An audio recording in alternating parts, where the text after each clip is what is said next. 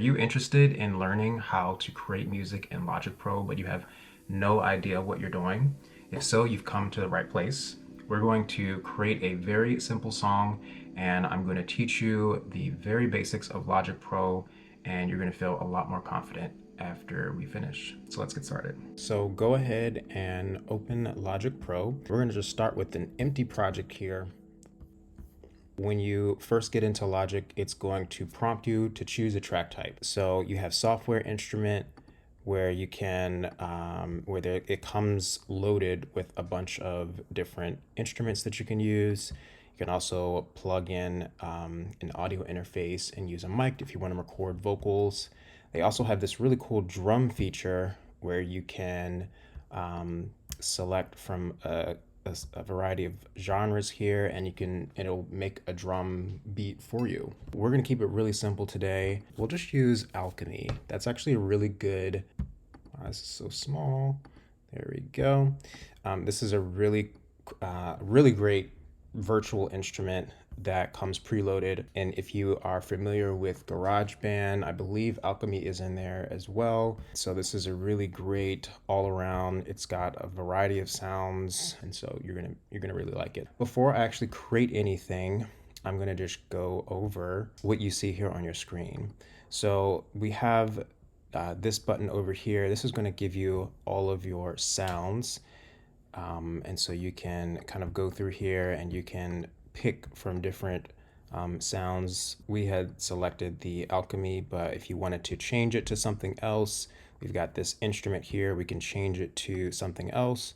So if I wanted some bells, then I could use that. Or if I wanted, I don't know, if I wanted a piano, then I could have a piano sound. This little information icon will bring over this additional panel which breaks down exactly what you've got going on this track. So I've got track 1 loaded, and I've got a Steinway piano, so I've got volume. If I wanted to mute this track, I can hit the M. If I wanted to solo the track, I can click the S.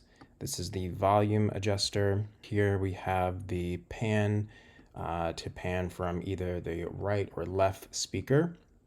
You have these couple of options here: read, touch, latch, and write. Majority of the time you're going to keep this in read. Sometimes I do use the latch, but that's a little bit more advanced. Just for now, just keep it in read. I'm going to kind of skip over some of these things. What you have here in this section is going to be your plugins. Now, some of these sounds already come in with different plugins. So you've got EQ, you've got a compressor, you've got tape delay. Up here, this is another good one to point out just for a basic tutorial. This is where you can manually adjust the EQ, or you can use some of the presets. So since this is a piano sound, maybe I will select that one, the piano bright, and you can see that it adjusts the EQ levels. This little question mark box is really handy. If you're just getting started with Logic, you can see that it's going to actually give you an overview. So if I hover my mouse over this pan balance knob, this is a nice handy way to kind of figure out what's going on and get familiar with some of the tools. You've got your basic play functions. Over here in the middle, I like to change this view I like to keep it at custom.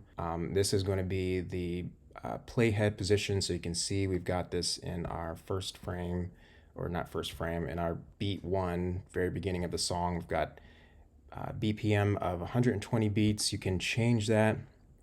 You can also change the time signature here.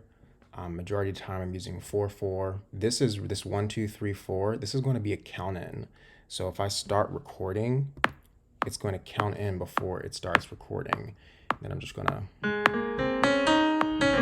that's going to be really helpful to count in before you actually start recording. So I've got this nonsense thing that I just played. And so let's actually take a look at this and open up the piano roll, which is just a bigger version of this. So this is a really great way to adjust some of the notes that you played. You can either compose fully from this piano roll. I know people that have just sat here and They'll use the pencil icon. So if I hit Command, then you can see it turns into a pencil, and you can actually create notes like that.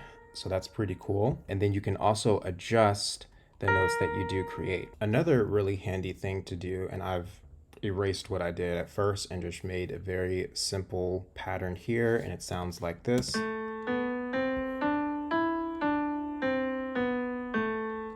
This is not quite in time. I'm actually going to play it again with the metronome.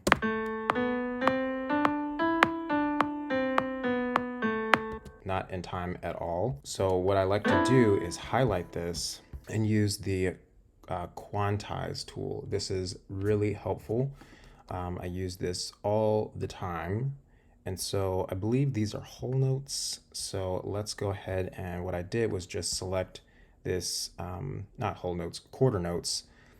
So I selected the quarter note, and it already quantized. You can also hit the Q button and it'll quantize your selection. If I were to change this to an eighth note, it would quantize to eighth notes, but I intended this to be played on the quarter note. So now when I play it,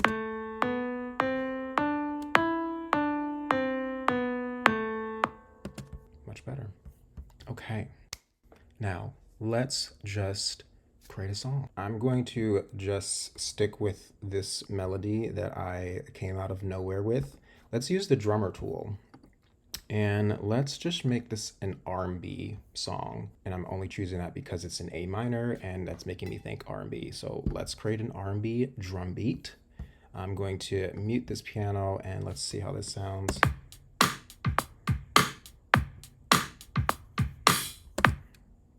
And you can play with this. This drum tool is really handy because you can use some of the beat presets here. So I'll just play some of these. I'm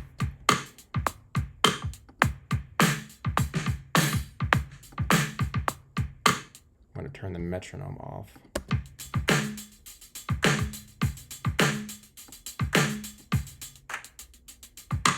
You can use this little dot to adjust up and down how loud or soft, and then left and right versus simple and complex.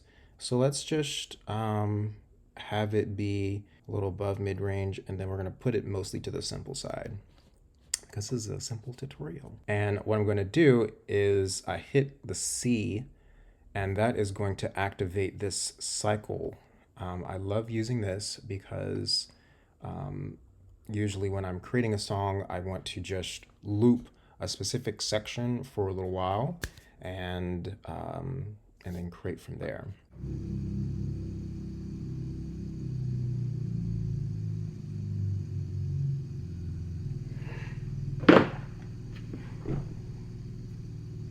We are back, and I have created just a very simple beat. This is version 2 of the piano thing. So version 1 was just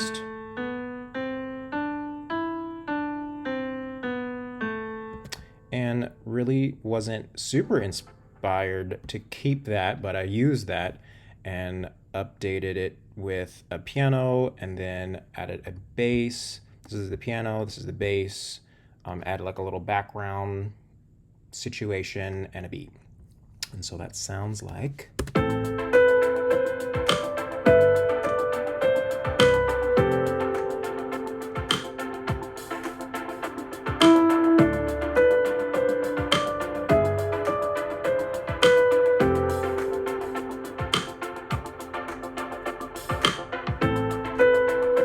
So that's that, simple, it's fine, it's cool. And what I like to do when I'm arranging is use this little drop down menu here. I don't know what it's called, it's the toolbar. I like to use this repeat section because it's like, I have this little 8 bars that I've created, and now I want to expand on it. So I love to use this repeat section and just kind of copy it.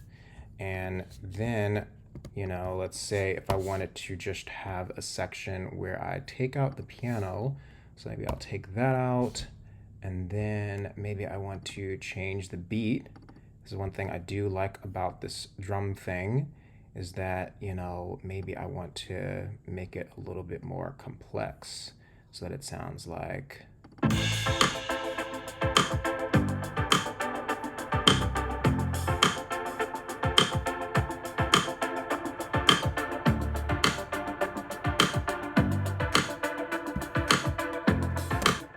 So yeah, that's that. I'm not going to expand a ton on this track right here, but that is the basic um, foundation.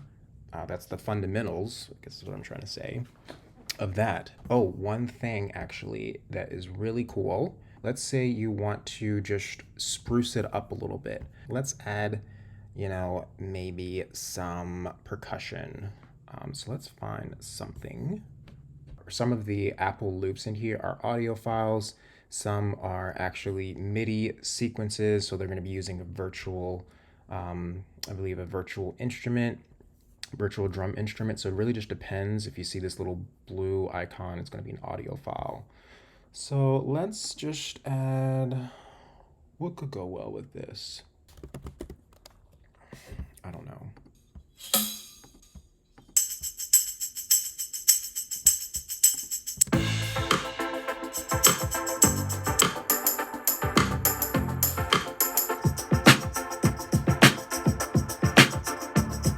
Oh, this is this is cool.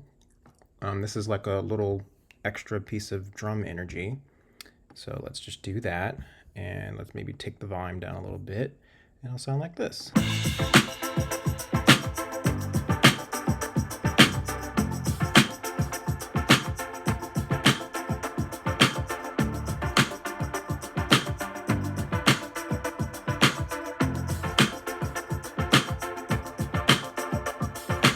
Yeah, I mean, I'm not into it. It's kind of cool.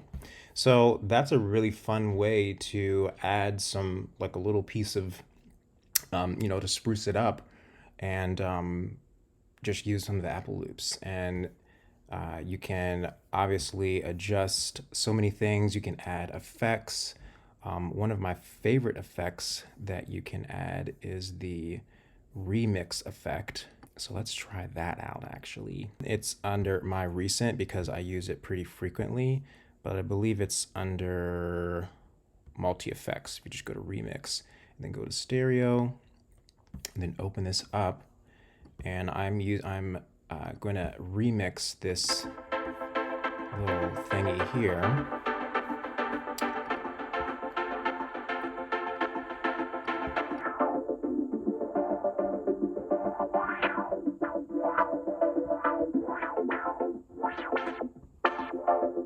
And this is where I'm going to actually use the latch, because what I want it to do is this is the automation mode. And so I basically want it to latch on to the to me actually pressing and using this remix thingamabobber. Okay, so what I'm going to do is make sure that my track is on latch, and then I've got my anthem chord arpeggio situation selected, and so I'm going to hit play.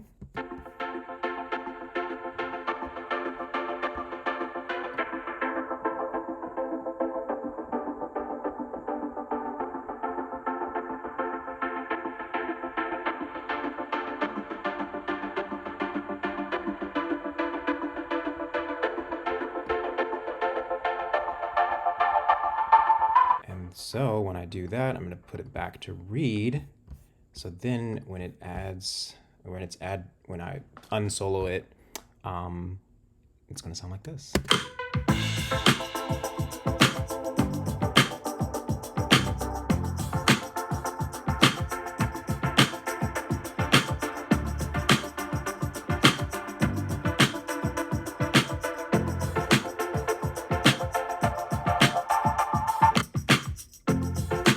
Oops. So it's not bad, you know?